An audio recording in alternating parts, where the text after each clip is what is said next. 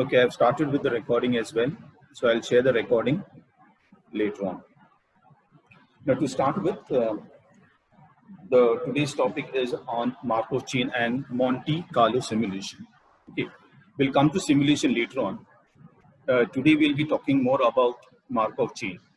Okay.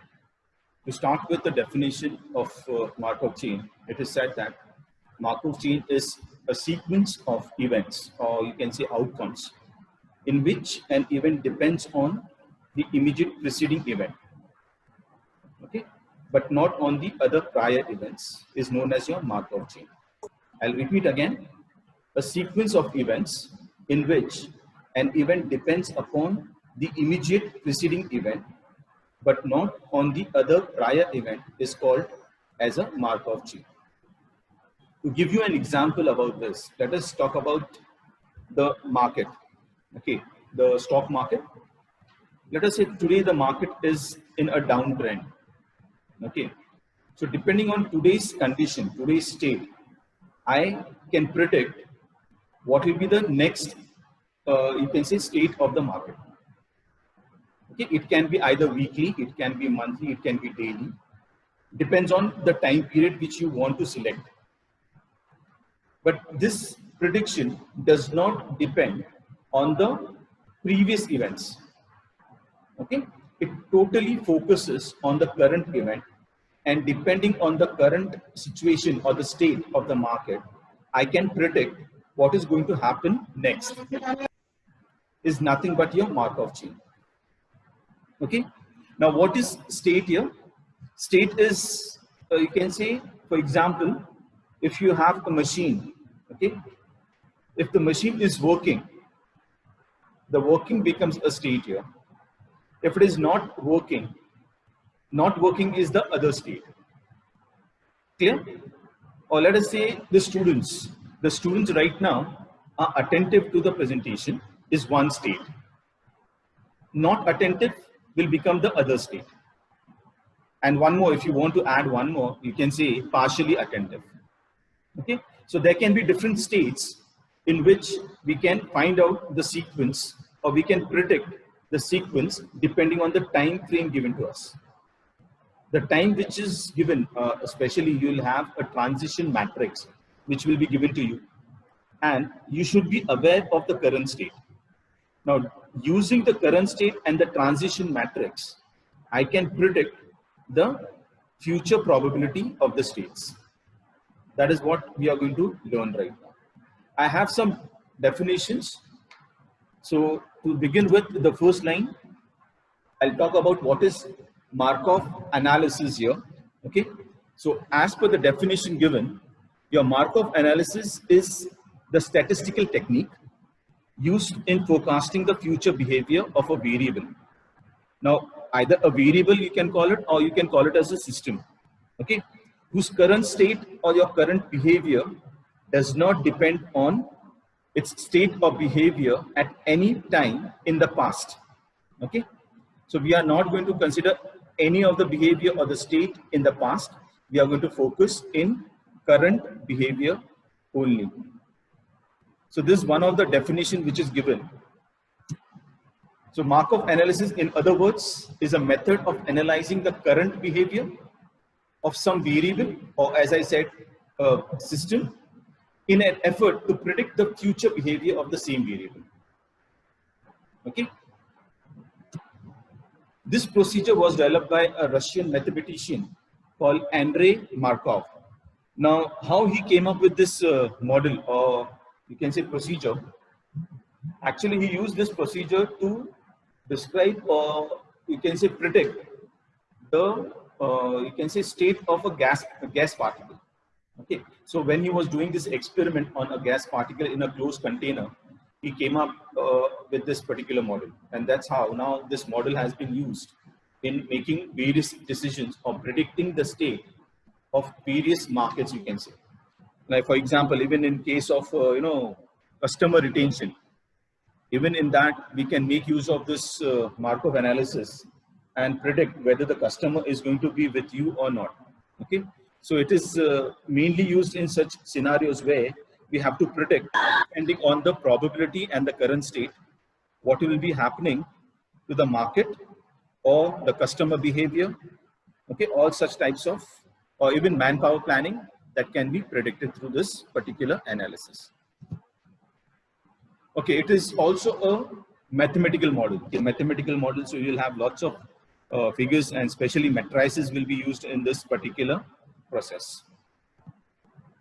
It is widely used in predicting customer behavior, as I told you, in terms of brand loyalty and switching from one brand to another. There are many other uses as well. Okay, and one more thing, as I told you, there are states which are defined in Markov chain. Now I gave you some examples of different states. One more thing you have to remember is the states are assumed to be finite states. Okay, it cannot be infinite. Okay, and they are said to be collectively exhaustive. What do you mean by collectively exhaustive here? Is that means all possible states are considered. Like for example, which I gave you about the state of a machine. Let us take a state of a machine. Either the machine is working or not working. But if I introduce one more state, fairly working. Okay, so as many possible, whatever possible states can be considered, if we consider all this, then it is known as exhaustive. Okay, they are also mutually exclusive. That means if my machine is in a working condition, you cannot say it is not working. Okay, for example, let us take a dice. Okay, when you roll a dice, either you will get 1, 2, 3, 4, 5 or 6. You cannot get both the events, right? You cannot say you get 1 and 2 as simultaneously. That is not possible. So your state will be either in a particular state or it won't be in that particular state. That is what it means by mutually exclusive. Okay. Now a state is also called as absorbing state. Okay. If suppose I'm in a particular, let us say the stock market is in a bullish trend for a long period of time. Okay. And it is not good coming out of that state and going to the bearish state. Then I can say that it is in a absorbing state. Okay, so either the state will be absorbing or non-absorbing. Non-absorbing means it is continuously changing from one state to another. Clear? That is about the different types of states, which is a part of Markov process. Now, the probability of going to each stage depends only on the present state, as I told you, and is independent of how we arrived at that state. So we are not going to look at the future or the past states or the probabilities. We are going to focus on the current probability only. Okay. Now, what are the different applications of Markov analysis? First of all, as I told you, in brand switching, loyalty, marketing research tool, it is a marketing research tool, and it can be used for forecasting of your customer behavior or loyalty or switching off from one brand to another. This is the major use. There are other uses as well, like manpower planning, okay, the stock market behavior, then scheduling the hospital admission. These are some of the examples. There are many more examples where, depending on the current state, if I want to predict the future state of the current situation of the system, we can make use of the Markov chain, provided the states are finite. Now, there are some keywords or some concepts which you should be aware of before we actually go and start solving the Markov problems, situations. The first one is your transition state probability, and the matrix looks like this. Okay. Now, because it's on the computer, I have given it in a tabular format. Okay. Your matrices will have, you can see this, I've taken an example of bull market, bear market, and stagnant market. So it is covering all the three states here. Okay. So this represents, the row represents the current states. And what is the probability of the bull market, this current state going to the other state, is given here. So a bull market remaining, the probability that it will remain in the bull market is given as 0.90. And the probability that from the current bull market, it is going to move to the bear market is 0.075. And from bull market to the stagnant market is 0.025. Okay. So this is my current, you can say, situations from current state where the period is n equal to 0, you can call it. And this is my n equal to 1 in the column. That is my next. Might be in days, might be in weeks or quarter or month. Okay, it's up to the problem given to you. Clear? And these probabilities, you can say changes from one state to another. Okay, it is just a likelihood. Okay, it is not given, it is not assured that it will remain in the bull market, but it is just a probability that it will remain in the bull market, and the probability is given as 0.90. Clear? It is also known as your transition matrix, the whole thing. This whole thing is known as your transition matrix, or you can call it as transition state probability matrix. Both ways it is fine. Let us see how we can represent this particular transition matrix in two different forms. There are two forms which can be used here. One is your transition diagram, and the other one is your probability tree diagram. Okay, so let us look at the transition diagram for this matrix here.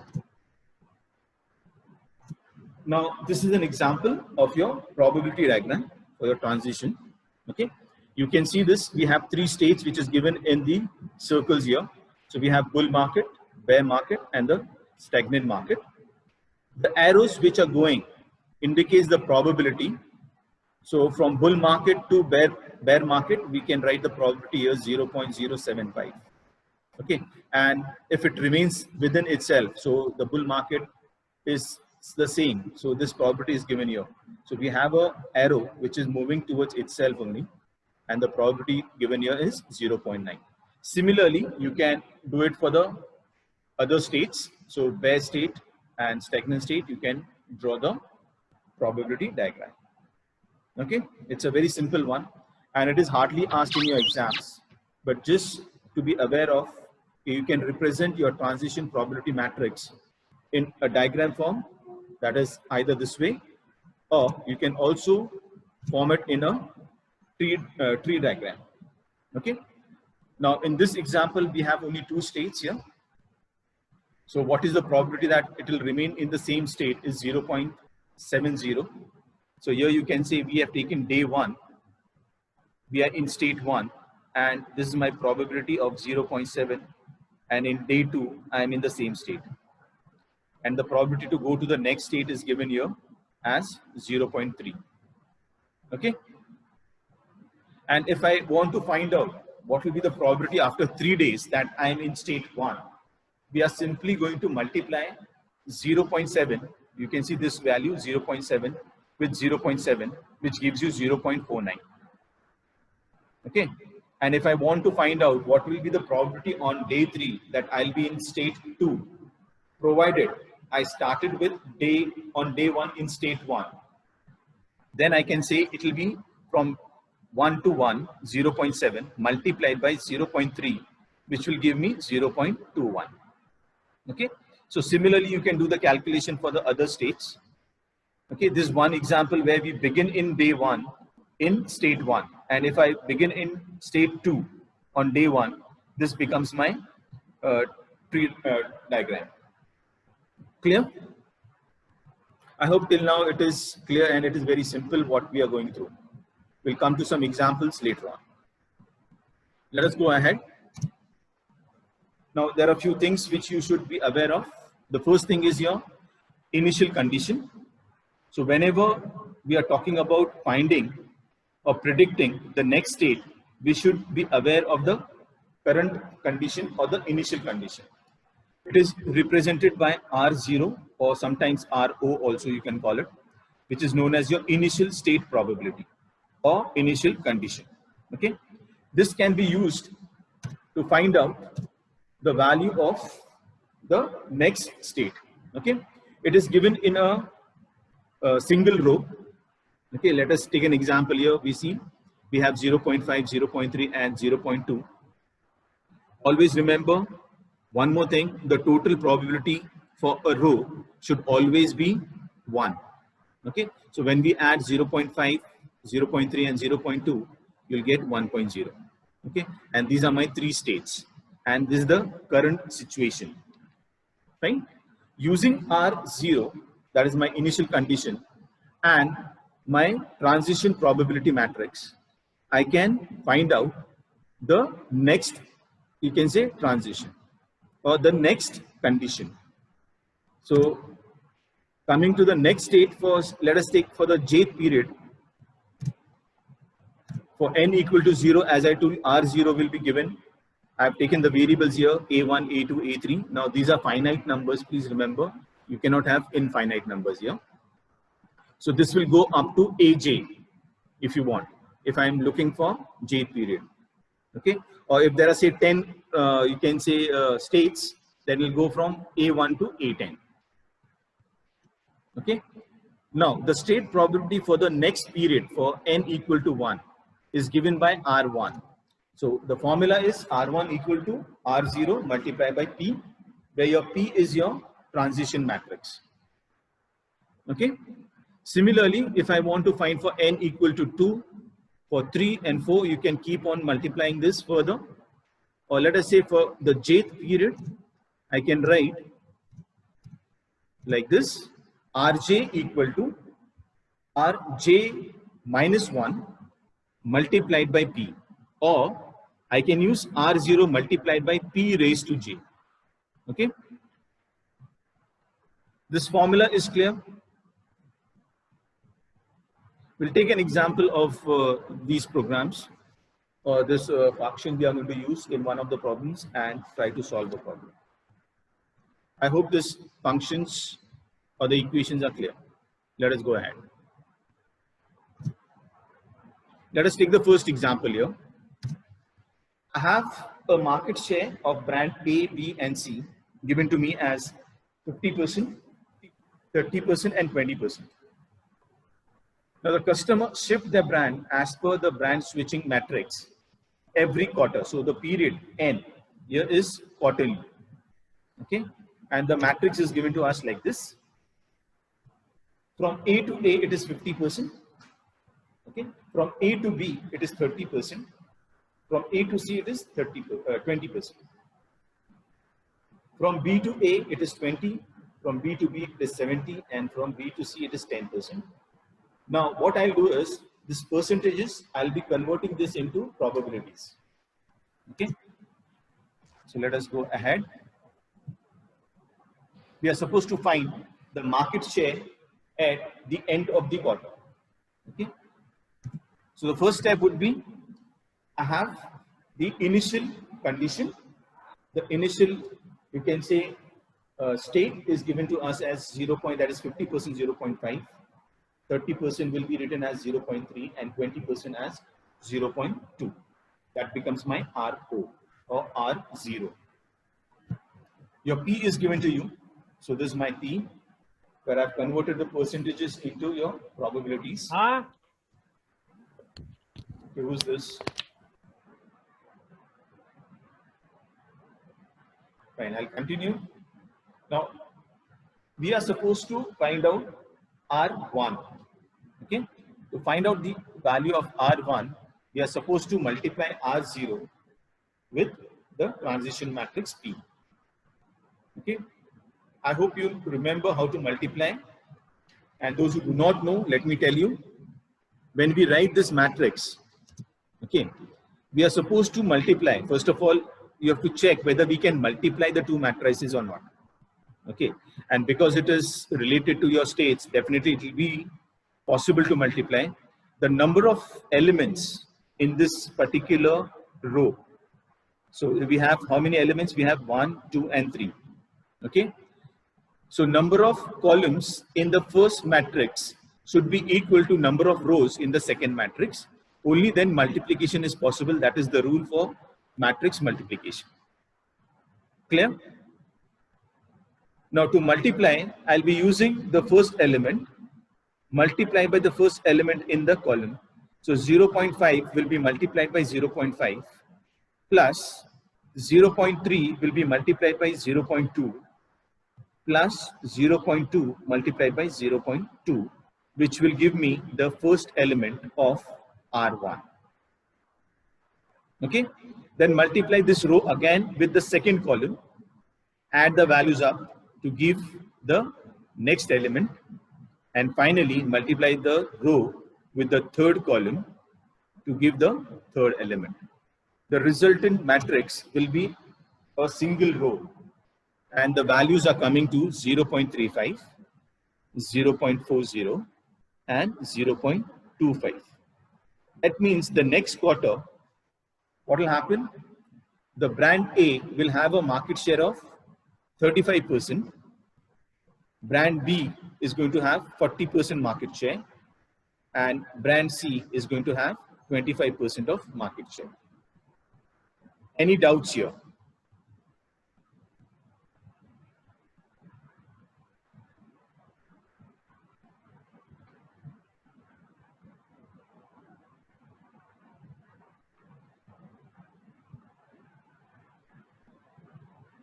Any doubts? Sir, can you explain the multiplication one more time? Okay. Now, let me start with the rules of multiplying two matrices. Okay. Now, in this case, I have got only a single row matrix, that is R0. Okay. And your P is a 3 by 3 matrix. Clear?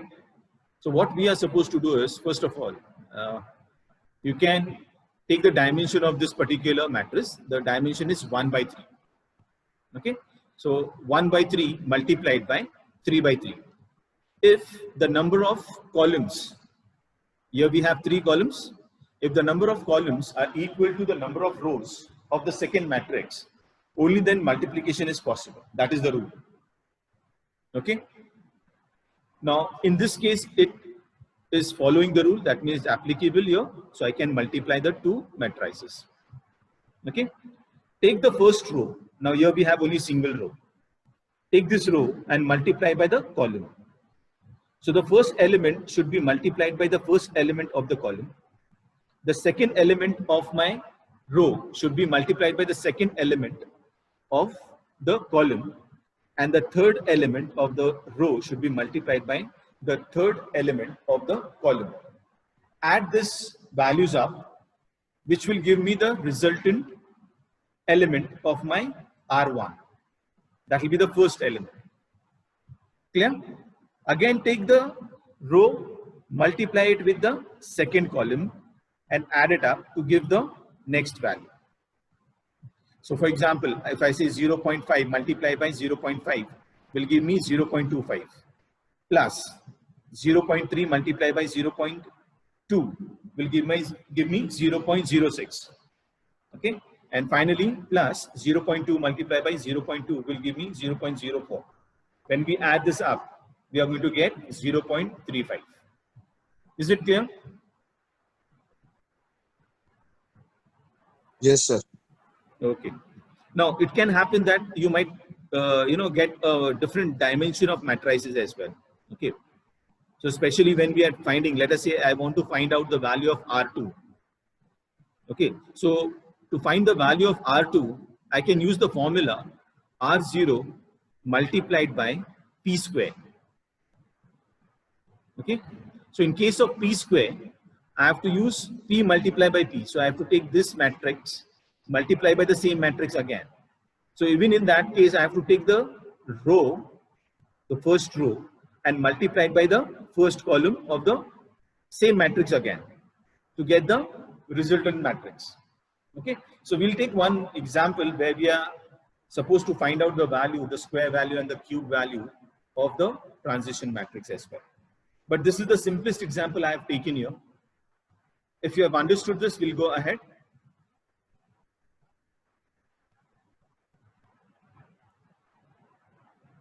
Okay, I'll go ahead.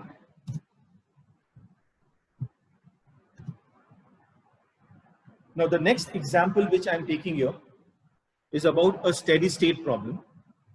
Okay. What do you mean by a steady state is that after a period of time, the state will hardly change. That means the probability or the percentage. Now, example, in the previous example, we had the brand, you can say market or market share of brand A, B, and C as 35%, 40%, and 25% respectively. might be after a period of time, after say 10 quarters, 20 quarters, the percentage or the probability or the market share will not change. Okay, it simply means that it has entered a steady state. Clear? So when your probability do not change over a period of time, it is said that it has entered a steady state. So let us see how to solve a problem where we are actually going to find the steady state of a given problem. Okay, the problem given to us here is market survey is made on 2 brands of your breakfast food A and B. Every time a customer purchases, he may buy the same brand or switch to another brand. Now the transition matrix given is like this. From A to A is 80%. That means 80% of the time the person will remain or stick to the same brand A. Okay, and the chance of switch over is 20%, or the probability is 0.2. If he's using brand B, the chances that he is going to move to brand A is 60%, that is 0.6, and he will remain in the same brand. The chances is 40%, that is 0.4. Okay. Now at present, the current situation or the initial, you can say R0, we have 60% of the people buying brand A and 40% buy brand B. We are supposed to find or determine the market share of brand A and B in the steady state. That means over a period of time, a long period of time, you can say. Let us see how to do this. Okay. Now write down your R0, which is given as 60% and 40%. So in probability, it will be 0.6 and 0.4. Your P will be written like this, 0.4 for first one. Okay. This is my transition matrix.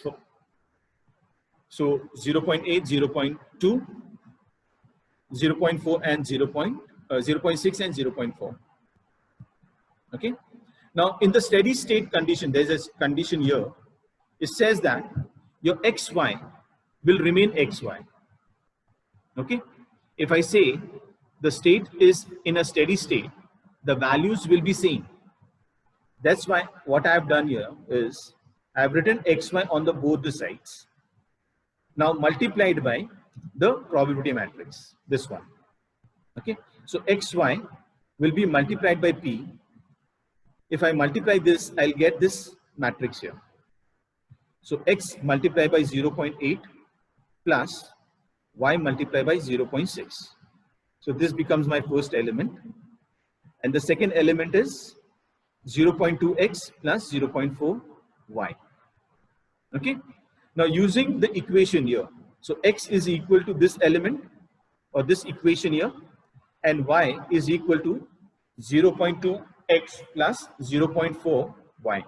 I can solve the problem to find the exact value of X and Y.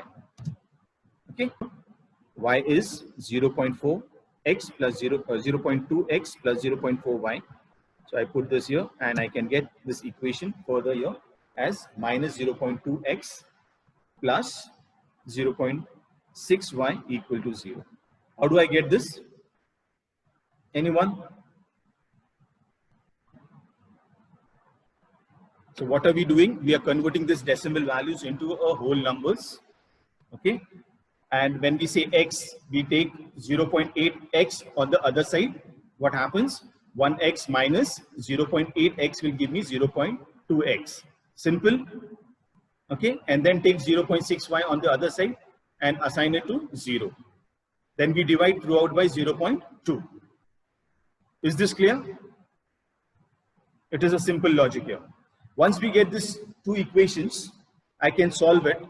Okay, you can see we have X and we have minus X here. Okay, and here we have minus 3Y equal to 0, and this one, two equations are there. Now using these two equations, let me go further. The total probability, as I told you, for the row is always equal to 1. Using this condition, we can write X plus Y equal to 1 and then solve this. and we get x equal to 3y. From 2 we get 3y plus y equal to 1. Okay, so we are changing the value of x and we are representing it using variable y. Clear? So this becomes 3y plus y equal to 1, and therefore y will be 1 by 4. Any doubts here? So there are two conditions which we are using here.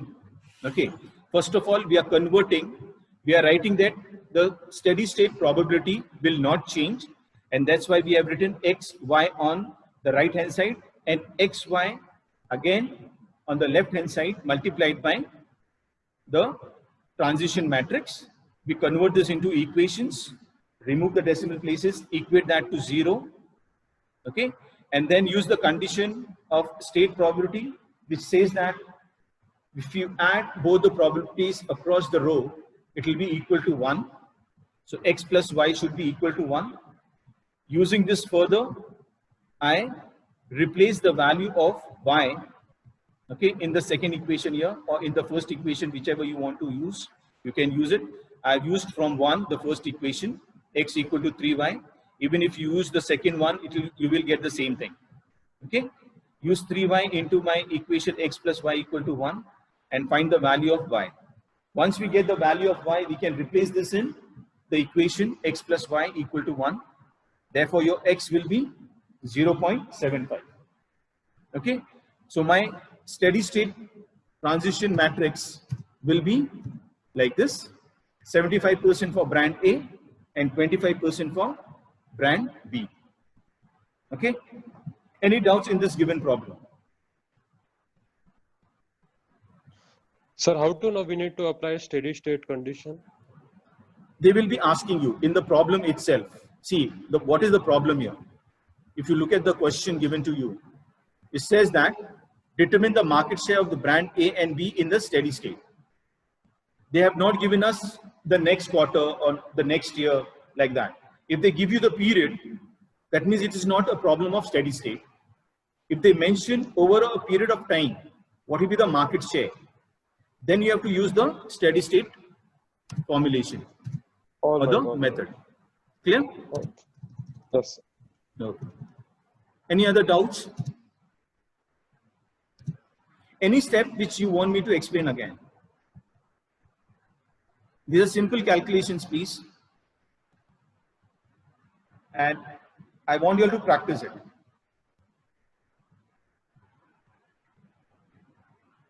Okay, then I'll stop here.